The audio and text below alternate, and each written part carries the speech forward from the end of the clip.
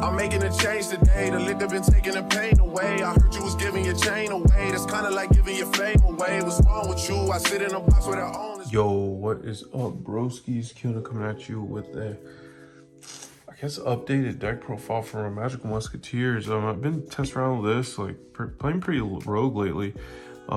Just got tired of like top decks. I know we're all waiting on that ban list. So that's why the content's been pretty slow. I think this will be the first upload at the time of this going live in like 2 weeks. Just really been taking some time off, focusing on school, work, and all that stuff. And I just want to pick up something fun, something that I've always enjoyed playing, that being Magical Musketeer. And obviously we have some newer cards that really help bust this deck wide open. And I think if you're definitely, especially playing on a budget, this is one of those decks that you can pick up and be fairly competitive with. And I think this is a great build. So I'm gonna go ahead and jump into it. Before I do, please like the video. If you like the video, comment down below any juncture in time, any feedback you might have. It helps the videos. For sure, those comments helps the algorithm, of course. And subscribe to the channel, because we're sitting at 750. You know, it's getting hot outside. We're supposed to be at 1,000 by now, you know? But go and subscribe for that, because we're so close, but yet so far. And I'm going to jump into it. So first up, I play 3 Magical Musketeer Kid Brave. Obviously, these cards have been around a while, so you all know their trigger effects. When a spell or trap is activated in their column, they get an effect, and you can activate Magical Musketeer spell traps from your hand. I'm sure most of you knew that. And his is you can discard 1 Magical Musketeer card, draw 2 cards. Terrific effect, helps you dig deep for your blowout cards. And I will say I do blind second with this deck. Next up, triple Magical Musketeer. I'm so sorry about that. Starfire. So she is basically an E-Tully, just special summons from the deck. When a spell is activated in her column, she just spam out your cast bar. Or believe it or not, when I was playing this deck heavily in Master Duel, a lot of times people would build these stupid ass like crazy boards, and I'd be like, man, that's so nice. Starfire and then spell trap activation, they let it resolve. I bring out a level 4, then I go into Baguska and flips everything, switches everything to defense, and I just crack the hell out of their board. So easy rank 4 play with Starfire, and Baguska obviously breaks a lot of boards when they let it resolve, and they usually always do. Next up, triple cast bar. Searches any magical musket. I think it's just any magical musket card from your deck when one's activated in its column, which is just terrific. He's probably like the best one. And if you do go first, like he's usually the one like you're like kind of sitting on, because you're never gonna go like, I mean, I guess you could go like Starfire, then Castbar, and then link your Starfire off. You're not typically wanting to go into max if you're like going turn 1. That just doesn't feel good ever. And then next up, a 1 of Magical Musketeer Wild. I got these little odd words, sorry about that. So 1 Wild, you target 3 Magical Musket cards in your graveyard, shuffle all 3 into the deck, then draw 1 card. Incredible card. Magical Musketeer Calamity. You target 1 Magical Musket monster in your graveyard, special summon it. So this is another like easy card to go into Baguska or something like that to break a board completely. Because sometimes that's like your only out to like certain problems. But yeah, Calamity. And I accidentally skipped over these, but 2 Magical Musketeer Doc. He's a terrific card. When a spell is activated in his column, you can add 1 Magical Musket card from your graveyard to your hand. A lot of people max out on these. I just don't think that's correct. I think like 3 is too many, 1's not enough. But that's it for the musket cards. Next up, since we do play like the best Link 1 in the game, I am running triple Parallel Exceed as my hand trap like of choice, just because if you don't open up Link into the Reigns or something like that, you can go You can go like, and especially if we're going second, you can go normal summon, then link 1, and then your max comes down, parallel exceed comes down, and then, you know, this will be chain link 2, and you just go into easy rank 4 if you want, or, you know, Baguska max. I don't know. I'm just saying, parallel exceed is pretty good in this deck. Next, I guess you could call it a ham trap or board breaker. I play 2 Gamecell, the Sea Turtle Kaiju, because it outs like a lot of like big ass problems, and he's the weakest one. And this deck does kind of struggle getting over like big ass dudes, unfortunately. Yeah, there's cards like in here like Cross Domination that zero out the card and negate its effects, or you have Desperado that pops, stuff like that. But overall, this deck really does struggle getting over like big ass monsters, and Gamecell really helps with that. That's actually it for all the monsters. No main deck Ash Blossom, anything like that. This is blind second. I'm just trying to, you know, eat your ass. That's pretty much it. Then Magical Musketeer, Link into the Brains, because this is probably like the best deck it's in. You special summon a card, special summon 1 monster from your hand, negates effects. Then immediately after it resolves, link summon 1 link monster. They can't respond to your link monster's effects. Like it's just pretty crazy. It's pretty nuts. It just really helps this deck, and it helps Max go off. And Max is arguably one of the craziest link ones we've ever had in the game.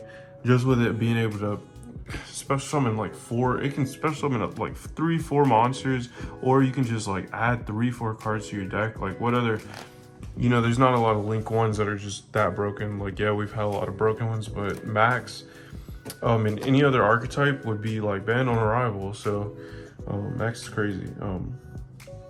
Next up, triple Magical Musket Cross Domination. This is the only other Magical Musket spell card I play. I don't play the one that like doubles your attack. I don't do anything like that.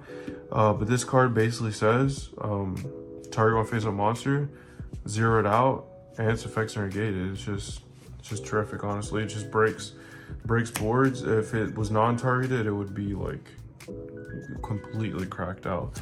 That's it for the Magical Musket spell traps.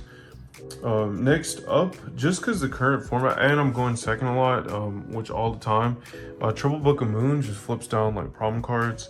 I don't like the Book of Eclipse, just because like I can't always, like, if they end up like on a big ass board, I can't always just like eat through that, and I don't want them to draw cards to get back into the game.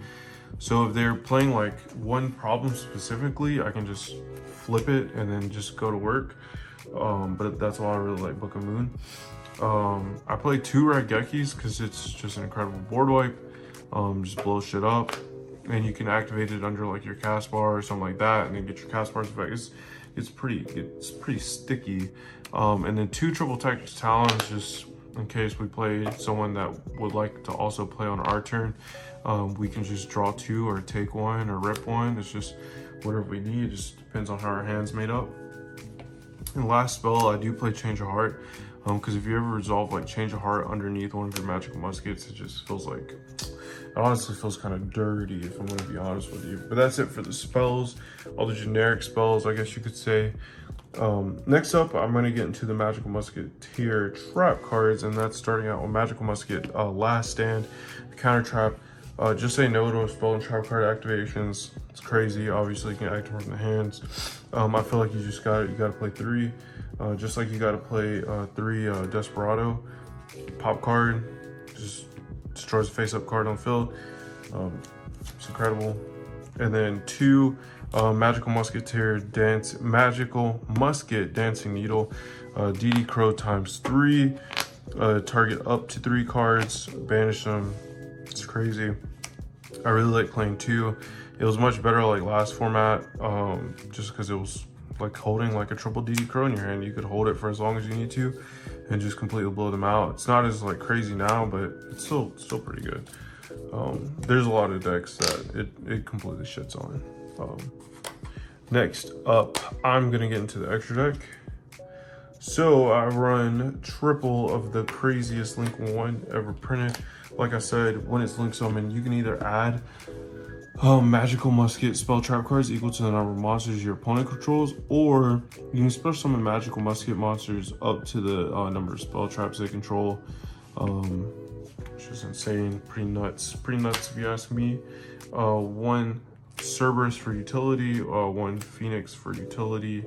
IP, pretty easy to end on max IP or something like that, and then be backed up with a whole bunch of magical musket spell traps.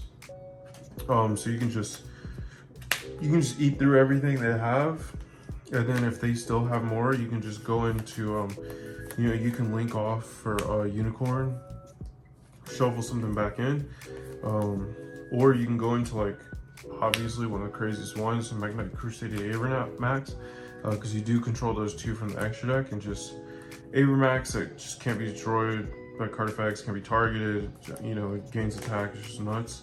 One Borreload, I just put this in here, like don't shit on me, but like I just put it in here because my Access Kotark is in like another deck right now, so I just stuck Borreload in, and then my Boral Swords, like I have a few Boral Swords, but they're like in my binder, and I didn't feel pull them out.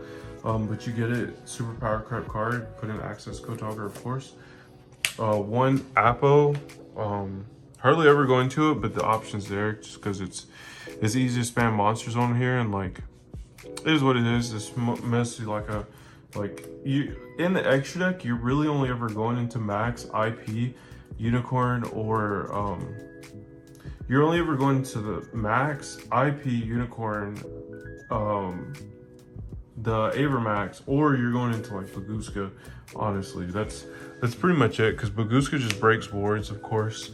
Exiton, because it's Exiton, it's fine. And then my super poly targets, one Starving Venom, one Predaplan, Draxopelia, and one Garua. You can put any like toolbox cards you want to. I just stuck them in there because quite honestly, I didn't feel like digging through anything else, and my fusion cards were like easily accessible. So I threw those in there. And they're really good against like the branded matchup. You can OTK them pretty easily if you have a single.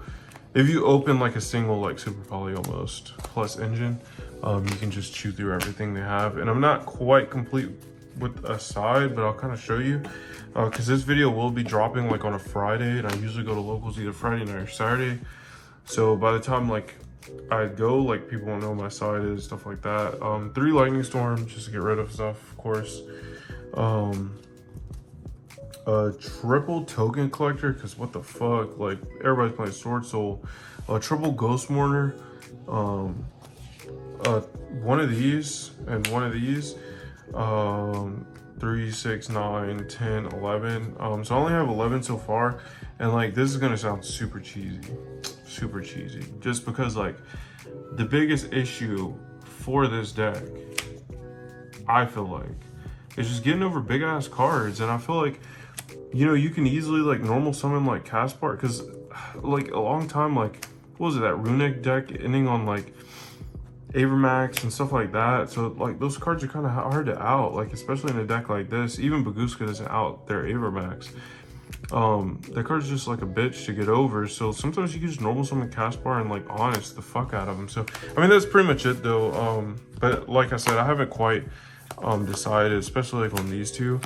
I know it worked out pretty well a couple formats ago. But I just don't know about now, especially since like I'm kind of known for the cheese at this point.